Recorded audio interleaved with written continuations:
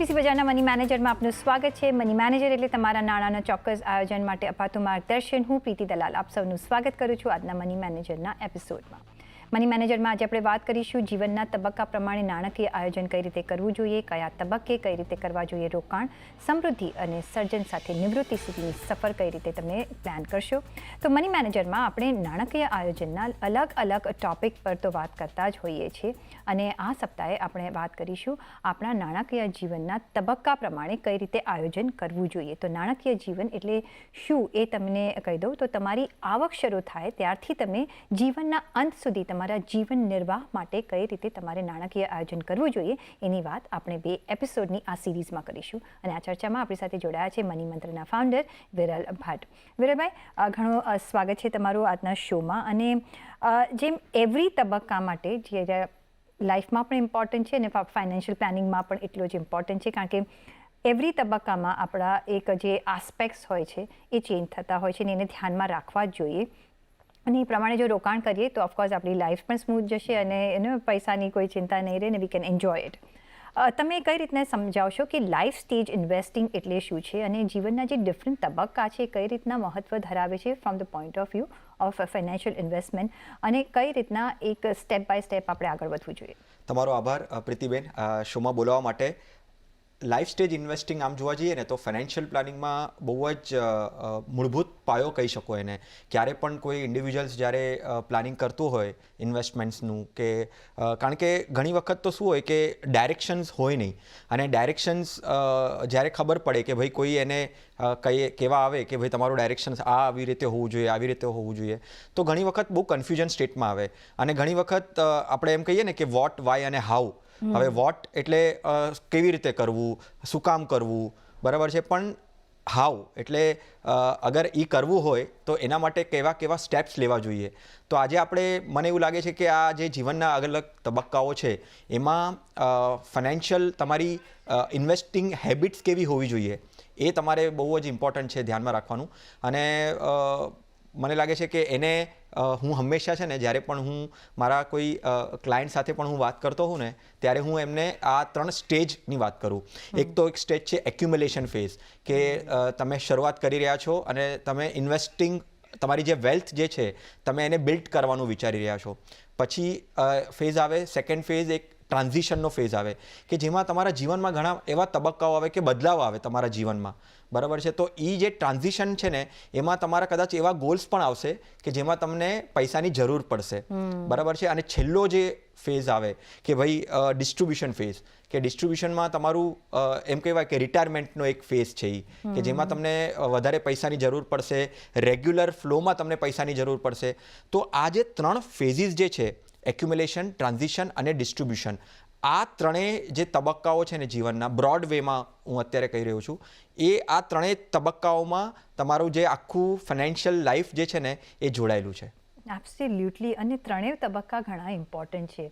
હવે એમાંથી તમે કોઈ ડીબાર ના કરી શકો કે આ નથી, પણ આઈ થિંક વધારે ઇમ્પોર્ટન્ટ મારા ખ્યાલથી મિડલ સ્ટેજ છે, જે ટ્રાન્ઝિશન સ્ટેજ છે. બિકોઝ એમાં તમે થોડા મેચ્યોર થઈ ગયા હોય છે, તમારા લાઈફમાં પણ ઘણા બધા ત્યારે સ્ટેજીસ આવતા હોય છે અને એક્સપેન્સીસમાં પણ એટલા સ્ટેજીસ આવતા હોય છે ને તમે મહેનત કરીને કામ બી કરતા હોય છો. તો તમે જો રાઇટ પ્લાનિંગ કરો તો એક તમારો એક સરસ શરૂઆત તો થઈ જ ગઈ હોય છે, પણ એક તમે આગળ વધી શકો છો. પણ શરૂઆત આપણે ઓલવેઝ કહેતા હોઈએ છીએ કે જેટલા જલ્દી તમે જો શરૂઆત કરશો, જેટલી ડિસિપ્લિનથી તમે શરૂઆત કરશો એટલો જ બેનિફિટ તમને જ મળશે, બીજા કોઈને તો મળવાનો નથી. તો યંગ અને અનમેરિડ જે એકદમ ટેન્ડર છે માઇન્ડ વાઇઝ પણ અને એજ વાઇઝ પણ, અને બધા ઘણા ઇમ્પલ્સિવ બી હોતા હોય છે ને અત્યારની જે જનરેશન છે વેરી ફાસ્ટ જનરેશન છે, પણ સમજણું બી છે, પણ એમાં ઇમ્પલ્સિવ ડિસિઝન્સ પણ એ લઈ લેતા હોય છે, રિસ્ક બહુ લઈ શકતા હોય છે એ લોકો. અને જે જનરેશન ઝી કહેવાય છે, નવા નવા નામ છે, મિલેનિયલ્સ છે, ને બહુ ઉત્સાહ રાખે છે અને ઉત્સાહી હોય છે. યંગ અને અનમેરિડ માટે કે જે જસ્ટ શરૂઆત કરી રહ્યા છે અર્નિંગ્સ કરવાની અને ઇન્વેસ્ટમેન્ટ કરવાની, કઈ રીતના પોતાનો પાયો મજબૂત રીતે શરૂઆત કરી શકે?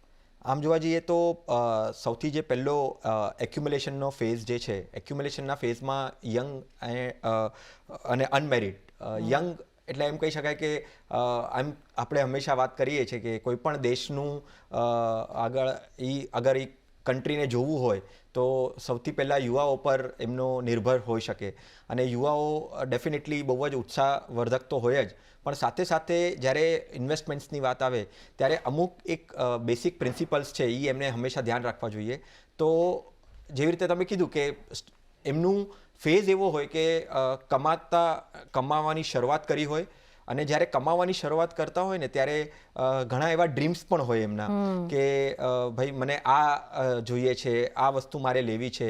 એક્સાઇટમેન્ટ બી હોય છે because they want to try out everything definitely. એટલે કદાચ એવું કહેવાય ને, આમ કહીએ તો ગુજરાતીમાં કે ગજવામાં પૈસા ના હોય પણ મહત્વાકાંક્ષાઓ ઘણી બધી હોય. તો હવે સપોઝ ગજવામાં પૈસા ના હોય પણ હવે એ જે મારી અર્નિંગ સ્ટાર્ટ થઈ હોય, જે સ્ટેજ પર મેં મારી અર્નિંગ સ્ટાર્ટ કરી હોય, તો એમાંથી શરૂઆતમાં જ આપણે બચાવવાની કોશિશ કરવી. એટલે સેવિંગ પણ કરવું અને સેવિંગ સાથે ઇન્વેસ્ટમેન્ટને પણ પ્રાયોરિટી આપવી. આ જે યંગ અને અનમેરિડ એટલે આ જે સ્ટેજ જે છે એમાં તમારે જેટલું બને તેટલું તમે એને અન્ડરસ્ટેન્ડ કરો, તમે કોઈ રાઇટ પર્સનને તમારો એક ફાઇનાન્શિયલ કોચ કે મેન્ટોર બનાવો અને એની પાસેથી સમજો તમે કે આ જે તબક્કો છે એ મારો જીવનનો, આમ જોવા જઈએ તો તબક્કાઓ તો બધા ઇમ્પોર્ટન્ટ છે, પણ જે શરૂઆતનો તબક્કો છે કે એમાં હું જેવી રીતે ડિસિપ્લિન રાખીને હું પ્લાનિંગ કરીશ કારણ કે આ ફેઝમાં શું છે બેન કે પ્રીતિબેન, આ સ્ટેજમાં મને મારા શોર્ટ ટર્મ ગોલ્સ વધારે હશે કે મને મારું આ ગેજેટ્સ લેવા છે, મને કદાચ આ કાર ખરીદવી છે, મારા ઘરના ખર્ચાઓ પણ એટલા છે કે મારે એને પણ બેલેન્સ કરવું છે, અને સાથે સાથે હું કેટલા પર્સન્ટેજ ઓફ ઇન્કમ મારી ઇન્વેસ્ટમેન્ટના ધ્યાનમાં રાખીશ અને ઇન્વેસ્ટમેન્ટ કરીશ. અને આ જ સ્ટેજમાં જ મારે જે આપણે એમ કહીએ ને મ્યુચ્યુઅલ ફંડમાં સિસ્ટમેટિક ઇન્વેસ્ટમેન્ટ પ્લાન, એ એક એસઆઈપી કે ભાઈ એવરી મંથ મારા એકાઉન્ટમાંથી ડિડક્ટ થશે તો મારું જાણતા અજાણતામાં મારી ઇન્વેસ્ટમેન્ટ્સ પણ થશે અને હું સ્ટાર્ટિંગથી જ મારા આ કેરિયરમાં હું ઇન્વેસ્ટમેન્ટ કરતો રહીશ. સાચી વાત છે, પણ એટલા યંગ હોય છે એટલે જિંદગીની રિયાલિટીથી એટલા એક્વેન્ટેડ નથી હોતા. અને જે તમે કહ્યું કે શોર્ટ ટર્મ ગોલ્સ હશે કે હું હોલિડે ક્યાં લઉં, કે હું કયા ગેજેટ્સ લઉં, કે હું અમારે એક મોટી રેસ્ટોરન્ટમાં જમવા જવું છે તો એનું કઈ રીતે બજેટ, બિકોઝ એક એસ્પિરેશન્સ એવા હોય છે નાના, અને ઘર માટે મે બી એ લોકો પહેલાં કોન્ટ્રીબ્યુટ નથી કરતા કારણ કે એલ્ડર્સ હોતા હોય છે. ઘણા એવા ઓછા હશે કે જે પહેલેથી જ આવી રીતે કરતા હોય, પણ જ્યારે જેવી રીતે પ્રોગ્રેસ થાય છે એવી રીતે રિસ્પોન્સિબિલિટીઝ વધતી જાય છે, પછી મેરેજ થતા હોય છે, યંગ ને એ પીરિયડ હોય છે, ને ત્યારે તમને ખબર પડતી હોય છે કે કઈ રીતના હવે રિયાલિટી ઓફ લાઈફને જોતા હોય છે. તો જે સેકન્ડ સ્ટેજ છે કે ન્યૂલી મેરિડ, કે જે મેરેજ થવાના છે, કે યંગ કપલ્સ, એ લોકો માટે કઈ રીતના પછી એક સ્ટ્રેટેજી થોડી ડિફરન્ટ થતી હોય છે, કે કઈ રીતે ટ્રાન્ઝિશન થતું હોય છે? હવે જેવી રીતે યંગ અને અનમેરિડની વાત કરી ત્યારે આપણે એમ વિચાર્યું કે ભાઈ શોર્ટ ટર્મ ગોલ્સ હોવા જોઈએ, તો ડેફિનેટલી તમારું જે ઇન્વેસ્ટમેન્ટ છે એ ઇક્વિટી અને ડેટ કોમ્પોનેન્ટ એમાં હોવું જોઈએ. ઇક્વિટીનો પણ પાર્ટ આપવો જોઈએ અને શોર્ટ ટર્મ ગોલ્સ છે તો ડેટને. હવે જ્યારે હું થોડો ડિપેન્ડન્ટ થાઉં છું, રિયલ વર્લ્ડ મને ખબર પડે છે, અમુક મારા જે ડ્રીમ વર્લ્ડમાંથી બહાર આવીને જે વાસ્તવિક જીવન છે એમાં મારે પગલું ભરવાનું છે, અને એમાં મારો મેરેજનો તબક્કો આવે છે, અને યંગ છું, ડેફિનેટલી યંગ કપલ છે, ત્યારે મારે ઘર લેવાની કદાચ વાત આવશે કે મારે કોઈ કાર ખરીદવાની વાત આવશે, શરૂઆતમાં યંગ કપલ્સ છે ફરવાની વાતો આવશે. તો એ જે તબક્કો છે તો એમાં ડેફિનેટલી મારે ઇન્વેસ્ટમેન્ટના પોઈન્ટ ઓફ વ્યૂથી વધારે સિરિયસ થવાનું છે. મારી એક સ્ટ્રેટેજી હોવી જોઈએ કે ભાઈ આટલા પર્સન્ટેજ ઓફ ઇન્કમના હું મારા ઇન્કમ ટુવર્ડ્સ જે છે, ઇન્કમ જે આવતી હશે એને હું ઇન્વેસ્ટમેન્ટ તરફ ડાયવર્ટ કરીશ. પર્સન્ટેજ મારા નક્કી હોવા જોઈએ. એમ હું જનરલી કહેતો હોઉં છું કે આમાં છે ને 30-30નો કોન્સેપ્ટ એક બહુ જ સારો કોન્સેપ્ટ છે કે 30% મારી એક્સપેન્સીસ હોવા જોઈએ, લાઇફસ્ટાઇલ એક્સપેન્સીસ. 30% અગર મારે જે ગોલ્સ મારા જે આવવાના છે નજીકના સમયમાં, એને મારે કેવી રીતે ઇન્વેસ્ટમેન્ટ કરવું અને એને કેવી રીતે સ્પેન્ડ કરવું એ હોવું જોઈએ. અને એ જ તબક્કાની અંદર 30%નું મારું ઇન્વેસ્ટમેન્ટ એક એવું હોવું જોઈએ જે મને આગળના જે મારા ફેઝિસ આવવાના છે એના માટે મને કામ લાગશે. એબ્સોલ્યુટલી. તો એ જ કહું છું કે જે પહેલેથી જો તમારું એક ડિસિપ્લિન હશે, તમારા માઇન્ડમાં ઇન્વેસ્ટમેન્ટ પ્લાનિંગનો એક લોજિક બરાબર હશે તો કોઈ પ્રોબ્લેમ નહીં આવે ને તમે ચોકઠામાં તમે એ બેસતા જશો. પણ આજકાલના જે મિલેનિયન્સને જનરેશન એક્સ વાય ઝેડ આપણે જે ઝી કરતા હોઈએ છીએ એ લોકો છે ને આજ માટે જીવે છે, આવતીકાલ માટે પણ જીવે છે, પણ એ લોકો બિગ ઇન્વેસ્ટમેન્ટ્સ નથી કરતા. એઝ ફોર એક્ઝામ્પલ એક જે લેટેસ્ટ ટ્રેન્ડ જે હું એક રિપોર્ટમાં વાંચતી હતી કે આપણને જે કહેવામાં આવ્યું હતું કે પહેલાં તમારા ઘરની ઉપર એક છત હોવી જોઈએ તો તમે ઘર લઈ લો, પણ એ લોકોને હવે એક ટ્રેન્ડ બદલાઈ રહ્યો છે. દે પ્રિફર કે અમે લીઝ પર જ રહીશું, અમે શું કામ એ બધું પેમેન્ટ કરીએ, અત્યારે અમે એટલું બધું અત્યારે હવે કમાવાની શરૂઆત કરી છે, અમને મજા પણ કરવી છે તો હું શું કામ એવી રીતે કરું. શું એ એક સ્ટ્રેટેજી બરાબર છે? કારણ કે એ અત્યારને આપણે દેખાઈ રહ્યું છે અને સપોઝ જો એ એક રિયલ એસ્ટેટમાં મીન્સ ઇન્વેસ્ટમેન્ટ નથી કરતા તો એના એવજમાં કોઈ બીજા એવા રોકાણ કરવા જોઈએ કે ફ્યુચરમાં જ્યારે એમને લાગે કે હવે ઘર લેવું છે તો લઈ શકે. Right. Married with young couple, young મેરિડની જ્યારે વાત કરીને આપણે ત્યારે જેવી રીતે કીધું કે ભાઈ મારી જે લાઈફને છે હું રિયલ વર્લ્ડમાં આવી ગયો છું અને બિલ્ડ કરવાની ટ્રાય કરું છું. ઇક્વિટી અને ડેટ કોમ્પોનેન્ટને ધ્યાનમાં રાખું છું કે ભાઈ હવે મારે રિસ્ક કેવું લેવું છે. હવે આગળના તબક્કામાં કદાચ હું મેરિડ વિથ યંગ ચાઇલ્ડ એને હું ઇમ્પોર્ટન્સ આપીશ કે મારે ફેમિલી બનાવવાની છે અને ફેમિલી બનાવવાની છે તો ત્યારે મારો આ જે તબક્કો છે એટલે હવે મારે ડિપેન્ડન્સ આવવાના છે મારા લાઈફમાં, તો મારી ઇન્વેસ્ટમેન્ટ સ્ટ્રેટેજી કેવી હોવી જોઈએ. અને આ તબક્કામાં છે ને આપણે જ્યારે ઇન્વેસ્ટમેન્ટની વાત કરીએ ને ત્યારે અમુક એવા પ્રોડક્ટ્સ પણ જે છે, ઇન્વેસ્ટમેન્ટ પ્રોડક્ટ્સ જે ડિફરન્ટ એસેટ ક્લાસ છે એને પણ થોડુંક પ્રાધાન્ય આપવું જોઈએ. અને જ્યારે હું વાત કરું છું કે મેરિડ વિથ યંગ ચિલ્ડ્રનની, ત્યારે મારે એજ્યુકેશન, હવે હું મારા મગજમાં ક્યાંક ને ક્યાંક આવતું રહેશે કે ભાઈ હવે હું મારી ફેમિલી બની છે, ડિપેન્ડન્સ આવ્યા છે, તો એક ઇન્સ્યોરન્સ પણ હોવું જોઈએ મારું કે ભાઈ કાલે ઉઠીને કાંઈ મને થઈ ગયું તો મને જે એ ઇન્સ્યોરન્સ છે કે જે ટર્મ ઇન્સ્યોરન્સની વાત આપણે હંમેશા કરીએ છીએ, તો ટર્મ ઇન્સ્યોરન્સ મારે કેટલું હોવું જોઈએ. અને ડેફિનેટલી આમ જોવા જઈએ ને તો મારે રિયલ એસ્ટેટમાં ઇન્વેસ્ટમેન્ટ કરવું કે મારું ઘર નથી તો મારે ઘર ખરીદવું, તો એમાં લોન એટલે લાયબિલિટીનું પણ એક વાત આવે છે કે મારે આ તબક્કામાં મારી જે જોબની સ્ટેબિલિટી છે, મેરિડ વિથ યંગ ચિલ્ડ્રનની વાત કરું છું, જ્યારે મારી જોબની સ્ટેબિલિટી કેટલી પાક્કી થઈ છે અને એની સામે મારે અગર લાયબિલિટી લેવાની વાત આવી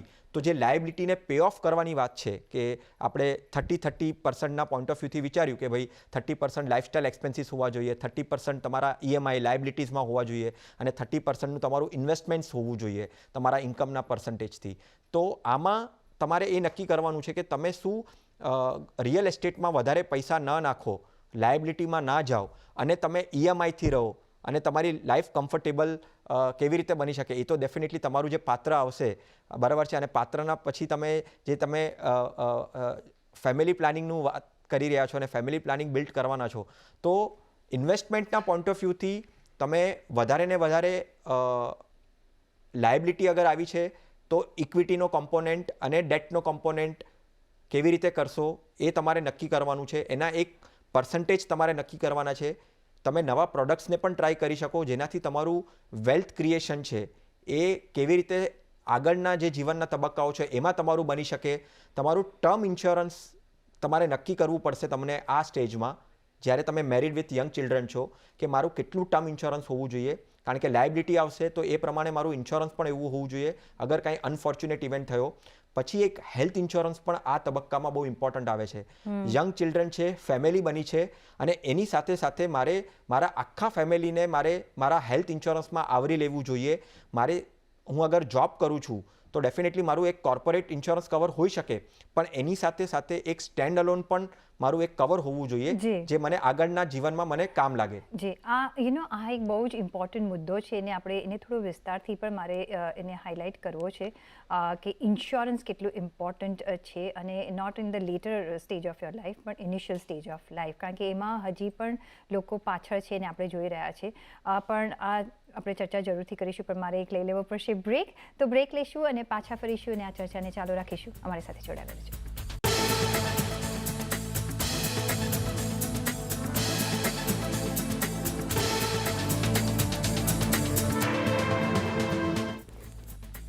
બ્રેક પછી આપનું સ્વાગત છે અને આજે આપણે ડિસ્કસ કરી રહ્યા છીએ કે જીવનના વિવિધ તબક્કા માટે કઈ રીતનું ફાઇનાન્શિયલ પ્લાનિંગ કરવું જોઈએ. અને વિરલભાઈ, બ્રેક પર જતાં પહેલાં મેં કહ્યું કે ઇન્સ્યોરન્સનો જે આસ્પેક્ટ છે એક સારી રીતે સમજવો જોઈએ, કારણ કે હજુ પણ આપણે ત્યાં એટલી બધું પેનિટ્રેશન નથી જોઈ રહ્યા. અને પછી જ્યારે જરૂર પડતી હોય છે, એવા સ્ટેજ પર જ્યારે જરૂર પડતી હોય છે ત્યારે બહુ લેટ થઈ ગયું હોય છે અને એમાં તમારી આખા જીવનની મૂડી જતી રહેતી હોય છે જો એવું કંઈક થાય છે. તો તમારે ઇન્સ્યોરન્સ લેવું કેટલું જરૂરી છે? શું આપણે કોઈને પૂછીએ કેવી રીતે ઇન્સ્યોરન્સ છે, હેલ્થ ઇન્સ્યોરન્સ છે, લાઈફ ઇન્સ્યોરન્સ, હમણાં શું જરૂર છે? હું તો બહુ યંગ છું, હમણાં તો કોઈ બીમારી છે નહીં, હજી તો મેં કમાવાની શરૂઆત કરી છે.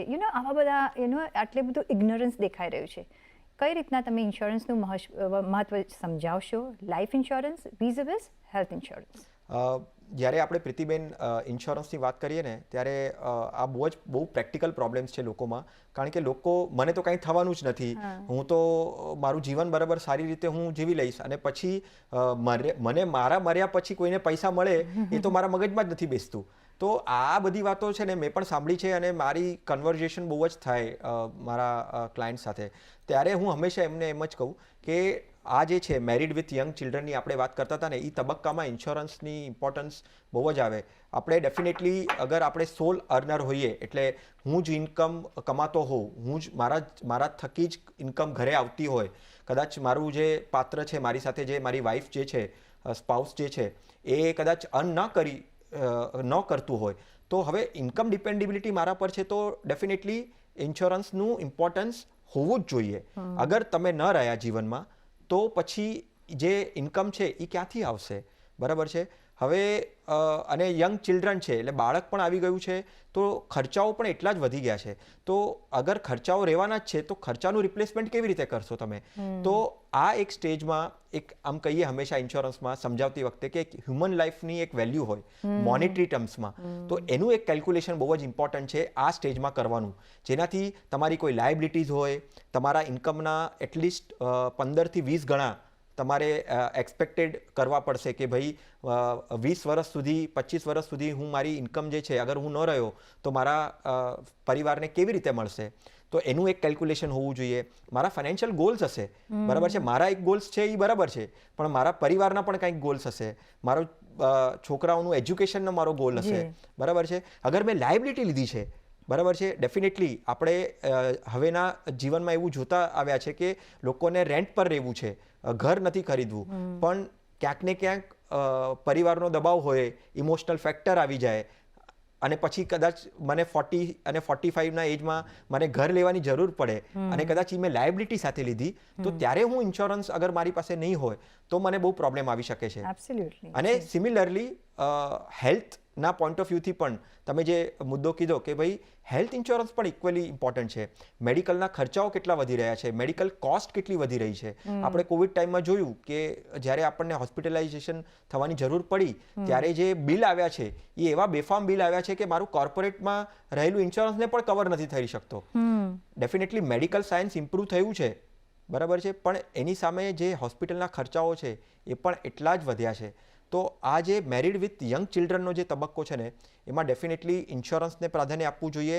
તમારા ઇન્વેસ્ટમેન્ટને અગર લાયબિલિટી આવી તો તમે કેવી રીતે એને પ્રોપરલી સ્ટ્રક્ચરલી એવી રીતે ઇન્વેસ્ટમેન્ટ કરશો, ડાયવર્સિફાઈડ કરશો, જેનાથી તમને આગળ પ્રોબ્લેમ નહીં આવે. તો એક ઇન્સ્યોરન્સનો part is very very important. પહેલાં તમારે તમારી જાતને સિક્યોર કરવાની છે, તમારા ફેમિલીને સિક્યોર કરવાનું છે. ઇન્વેસ્ટમેન્ટ પ્રોસેસ તો ચાલુ જ રહેશે, પણ જો કંઈક અને લાઈફના કોઈ પણ સ્ટેજમાં કંઈ પણ થઈ શકે છે, બિકોઝ આટલી બધી અનસર્ટનિટી આપણે જોઈએ છીએ અને પેન્ડેમિકે શીખવાડી દીધું છે. અને એટલા માટે જ આપણી જાતને સિક્યોર કરી લો, એટલે તમને કંઈ બી જો એવું પ્રોબ્લેમ આવે છે, હું વિશ કરું ને હું પ્રે કરું કે કોઈને એવું ન થાય, પણ તો કદાચ કંઈ પણ આવે છે તો તમારો એ ઇન્સ્યોરન્સ પાર્ટ તમારું ફાઇનાન્શિયલી એટલીસ્ટ તમારો પ્રોબ્લેમ સોલ્વ કરી શકશે ને તમે યુ કેન જસ્ટ તમારા હેલ્થ પર તમે એક કોન્સન્ટ્રેટ કરી શકો, તમારા જીવન પર તમે કોન્સન્ટ્રેટ કરી શકો. પણ અને એમાં એક જ સાથે તો લેવાની કંઈ જરૂર નથી, તમે ધીરે ધીરે પણ એમાં વધારી શકો છો, તમે ટોપઅપ કરી શકો છો, એક ફેમિલી ફ્લોટરથી તમે શરૂઆત કરી શકો છો, પછી ઇન્ડિવિજ્યુઅલ લઈ શકો છો. એટલે ઘણા બધા ઓપ્શન્સ છે, પણ ઇન્સ્યોરન્સ લેવો જોઈએ. બીજો જે સ્ટેજ છે આજના એપિસોડમાં આપણે લાસ્ટ ડિસ્કસ કરીશું અને ઓફકોર્સ નેક્સ્ટ એપિસોડમાં આપણે બીજું ડિસ્કસ કરીશું અને એ છે married with older children. Young children, married with young children તો આપણે ડિસ્કસ કર્યું, પણ વિથ ઓલ્ડર ચિલ્ડ્રન એક નવી રિસ્પોન્સિબિલિટી આવતી હોય છે, ફર્ધર ભણવાનું, મેરેજનું. કઈ રીતના આ તબક્કો આપણે સાચવવાનો રહેશે? આ તબક્કામાં આપણે જ્યારે ઇન્સ્યોરન્સની વાત કરતા હતા ને ત્યારે તમે જ્યારે ક્યારે પણ કોઈ પણ તમારો કોઈ મિત્ર અગર કોઈ ઇન્સ્યોરન્સ એજન્ટ હોય કે તમે બેંકમાં હંમેશા જતા હો ને ત્યારે તમને એક ઇન્સ્યોરન્સ ઇન્વેસ્ટમેન્ટ પ્રોડક્ટ્સ તમારી પાસે લઈને આવે અને તમને કહે કે ભાઈ તમારા છોકરાના એજ્યુકેશન, હાયર એજ્યુકેશન માટે છે ને તમારે આ પ્રોડક્ટ લઈ લેવો જોઈએ. આ તબક્કો એવો છે પ્રીતિબેન કે ત્યાં તમારે કયા પ્રોડક્ટ્સમાં તમે ઇન્વેસ્ટમેન્ટ કરી રહ્યા છો, કયું ન હોવું જોઈએ, કયું હોવું જોઈએ. કારણ કે આ તબક્કો મને લાગે છે કે એક 35 થી 40 વર્ષના જે વય મર્યાદાવાળા લોકો છે એનો માટેનો આ તબક્કો છે કે અગર મારો છોકરાની એજ પ્રોબેબલી કદાચ 5 યર્સ 10 યર્સની આસપાસ હશે અને મારે એના આફ્ટર 16 યર્સ, મારા છોકરાના 16 યર્સ પછી મારે એના હાયર સ્ટડીઝ માટે કેવી રીતે કોર્પસ બિલ્ટઅપ કરવું પડે, કેવી રીતે વેલ્થ ક્રિએશન કરવી પડે, સાથે સાથે મારી લાયબિલિટીઝ પણ અગર ચાલી રહી છે તો આ તબક્કામાં મારે એ પણ વિચારવું જોઈએ. અગર મારો જ્યારે 30નો તબક્કો હતો, 30 મારી એજ હતી ત્યારે કદાચ મેં લાયબિલિટી લીધી મારા જીવનમાં, હોમ લોન લીધી, બરાબર છે. હવે એ હોમ લોન લીધી તો હોમ લોનને હું 5 વર્ષ સુધી, એટલે જ્યારે આ તબક્કો આવે છે 35 થી 40 એજનો તબક્કો મેરિડ વિથ ઓલ્ડર ચિલ્ડ્રનનો, ત્યારે લાયબિલિટીને કેવી રીતે પે ઓફ કરું એ પણ મારા મગજમાં ક્યાંક સ્ટાર્ટ થવું જોઈએ. કારણ કે હું ભલે મેં લાયબિલિટી 20-25 વર્ષ 30 વર્ષની લીધી છે તો પણ મારે એ જરૂર નથી કે 20-25-30 વર્ષ સુધી હું લાયબિલિટીને કન્ટિન્યુ રાખું. તો આ તબક્કામાં એને પણ જોવાની જરૂર છે. હાયર એજ્યુકેશનના પોઈન્ટ ઓફ વ્યૂથી હું કેવી રીતે ઇક્વિટી અને ડેટનું એલોકેશન કરીશ જેનાથી મને એ કોર્પસ છે એ કામ આવે. આ તબક્કામાં મારા પ્રોડક્ટ્સ ડાયવર્સિફાઈડ હોવા જોઈએ, ઇક્વિટીમાં પણ હોવું જોઈએ, રિસ્ક વધારે ન હોવું જોઈએ ઇક્વિટીથી. કારણ કે અગર હું હાયર એજ્યુકેશનના પોઈન્ટ ઓફ વ્યૂથી, ચિલ્ડ્રનના એજ્યુકેશનના પોઈન્ટ ઓફ વ્યૂથી, એમના મેરેજના પોઈન્ટ ઓફ વ્યૂથી પણ હું અગર કંઈક ઇન્વેસ્ટમેન્ટ કરું છું, મારે અગર મારી ઘરે ડોટર હશે સપોઝ માની લો, તો ડોટરના પોઈન્ટ ઓફ વ્યૂથી મારે કદાચ ગોલ્ડનું એક્યુમ્યુલેશન પણ કરવાનું હશે તો હું ગોલ્ડને પણ હું મારા એસેટ ક્લાસમાં હું એને એન્ટ્રી પોઈન્ટ આપીશ આ સ્ટેજમાં. અને પછી જે મારું 50 વર્ષનો તબક્કો છે, એટલે માની લો 35-40થી લઈને 50 વર્ષ સુધીનો તબક્કો છે, એને હું સ્ટ્રક્ચર રીતે કયા પ્રોડક્ટ્સ લેવા ન લેવા, ઇક્વિટી ડેટનું એલોકેશન, ગોલ્ડનું એલોકેશન અને પ્રોપરલી એક સ્ટ્રેટેજી મારી ડિફાઇન હોવી જોઈએ કે મારે આ તબક્કામાં મારું ઇન્વેસ્ટમેન્ટ્સ કેવી રીતે હોવું જોઈએ. એબ્સોલ્યુટલી. તો કઈ રીતના ઇન્વેસ્ટમેન્ટ હોવું જોઈએ એવરી તબક્કામાં ડિફર થતું હોય છે, અમુક એડ થતું હોય છે, કયા પ્રપોર્શનમાં તમારે ઇક્વિટી ડેટમાં રોકાણ કરવાનું છે એ પણ ચેન્જ થતું હોય છે ને that varies from person to person.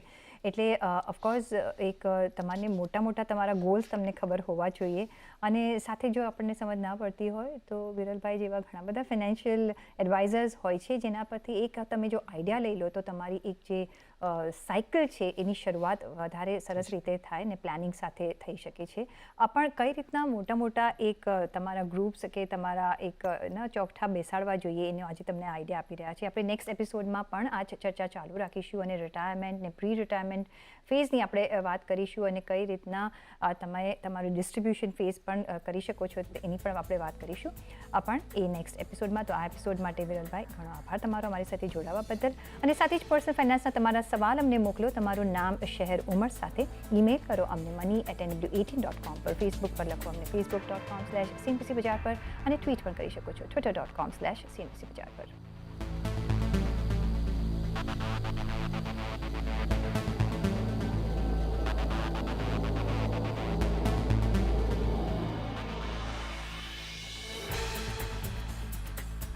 અને આ સાથે જ આ એપિસોડમાં બસ અત્યારે આટલું જ, પણ પાછા મળીશું આના સેકન્ડ પાર્ટમાં નેક્સ્ટ એપિસોડમાં. તો અમને જોવાનું જરૂરથી જોડાશો અને ત્યાં સુધી આપશો રજા. નમસ્કાર.